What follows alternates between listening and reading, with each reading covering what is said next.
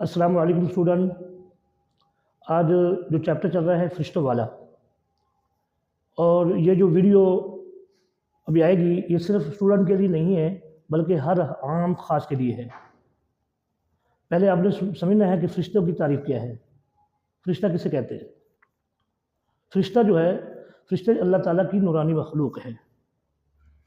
اللہ تعالیٰ نے ان کو نور سے پیدا فرمایا ہے، اور فرشتوں کی جو صفات ہیں وہ ہماری جیسی نہیں ہے۔ یعنی اللہ تعالیٰ نے ان کو کھانے پینے ہر قسم کے عیب سے اللہ تعالیٰ نے ان کو پاک رکھا ہے۔ وہ کھاتے پیتے نہیں ہیں، سوتے نہیں ہیں، ان عیب سے پاک ہے۔ اور فرشتے جو ہے اللہ تعالیٰ کی عبادت کے لیے، یعنی اللہ کی اطاعت کے لیے اور اس مقصد کے لیے پیدا ہوئے ہیں۔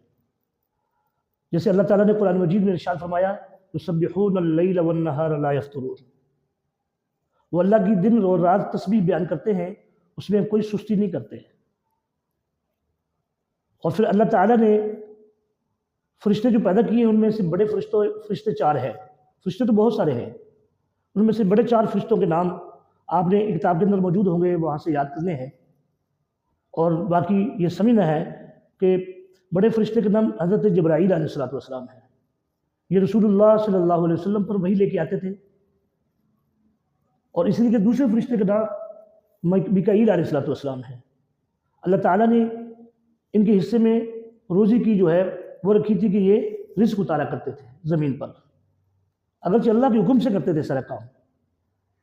اور حضرت اسرافیل علیہ السلام وہ ہے جو سور پھونکیں گے قیامت والے دن، اور حضرت عزرائیل علیہ السلام وہ ہیں جو ہماری روح قبض کرتے ہیں، یا جو روح قبض پر اللہ تعالیٰ نے ان کی ڈیوٹی لگائی ہے، تو یہ اللہ تعالیٰ کی نورانی مخلوق ہے فرشتے۔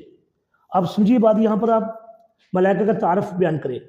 ملائکہ کی جمع ہے ملکن، اس کا معنی ہے فرشتہ، اور ملائکہ سے مراد اللہ تعالیٰ کی وہ نوری مخلوق ہے جو ہمیں نظر نہیں آتی۔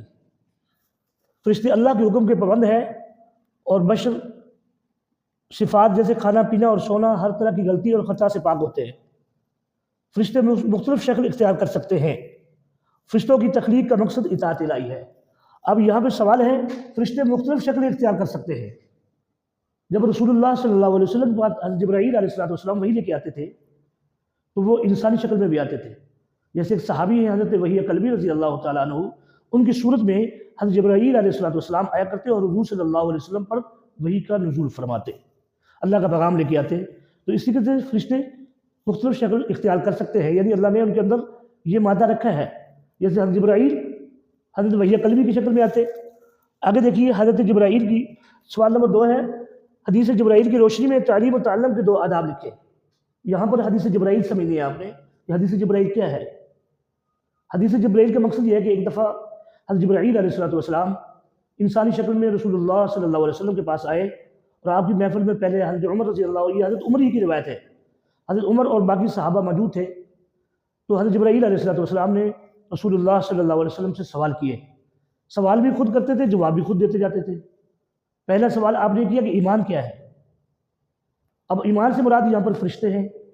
دوسرا سوال کیا اسلام کیا ہے، پھر اس کا جواب بھی دیا۔ پہلے ایمان کہا، پھر اس کا جواب بھی دے دیا، پھر اسلام کا پوچھا، پھر اس کا جواب دے دیا، اور پھر آپ صلی اللہ علیہ وسلم سے پوچھا قیامت کی نشانیاں، کہ قیامت کی نشانیاں کیا ہیں، سوال کیا، پھر اس کا جواب دے دیا، یہاں تک کہ جبرائیل علیہ السلام اٹھ کر چلے گئے۔ جب اٹھ کر چلے گئے تو رسول اللہ صلی اللہ علیہ وسلم نے صحابہ سے فرمایا، اے میرے صحابہ آپ کو پتہ ہے یہ کون تھے؟ تو صحابہ نے عرض کیا یا رسول اللہ اس کا رسول ہی زیادہ جانتا ہے۔ تو فرمایا یہ حضرت جبرائیل علیہ السلام تھے۔ اس حدیث کو حدیث جبرائیل کہتے ہیں۔ تو حدیث جبرائیل کی روشنی میں تعلیم و تعلم کے 2 آداب لکھے جو حضرت جبرائیل علیہ السلام نے سکھائے تھے اس ٹائم۔ دیکھیے نمبر 1 ہے واضح اور مختصر سوال کرنا۔ کسی سے بھی سوال کرنا ہو تو اس کی وضاحت کے ساتھ کرنا ہے، واضح کر کے کرنا ہے سوال، اور پھر مختصر کرنا ہے۔ اتنا لمبا سوال نہیں کرنا کہ گلا پہ تنگ آ جائے، پریشان ہو جائے۔ اور آگے جو ہے دوسرا آداب ہے استاد کے سامنے ادب سے بیٹھنا۔ اب استاد کے سامنے ادب سے بیٹھنا یہ بھی آداب سکھائے کہ جب بھی کوئی آدمی کسی استاد کے سامنے، والدین کے سامنے یا کسی بڑے کے سامنے بیٹھا ہو تو ادب کے ساتھ بیٹھے، بے ادبی کے ساتھ نہ بیٹھے، اور بے ادبی سے بیٹھا گا تو یہ گناہ بھی ہے۔ اس لیے حضرت جبرائیل کی اس حدیث جبرائیل کے اندر اللہ تعالیٰ نے رسول اللہ صلی اللہ علیہ وسلم نے یہ بیان کر دیا کہ حضرت جبرائیل علیہ السلام جو میرے پاس تعلیم لے کے آئے ان میں یہ 2 چیزیں بیان کی۔ بہت سارے آداب ہیں لیکن ہم ان میں سے 2 ہی بیان کیے ہیں۔ تو آپ نے یہ سمجھ لیے ہوں گے۔ آگے چلے جائیں، فرشتوں کی ذمہ داریاں کیا ہیں۔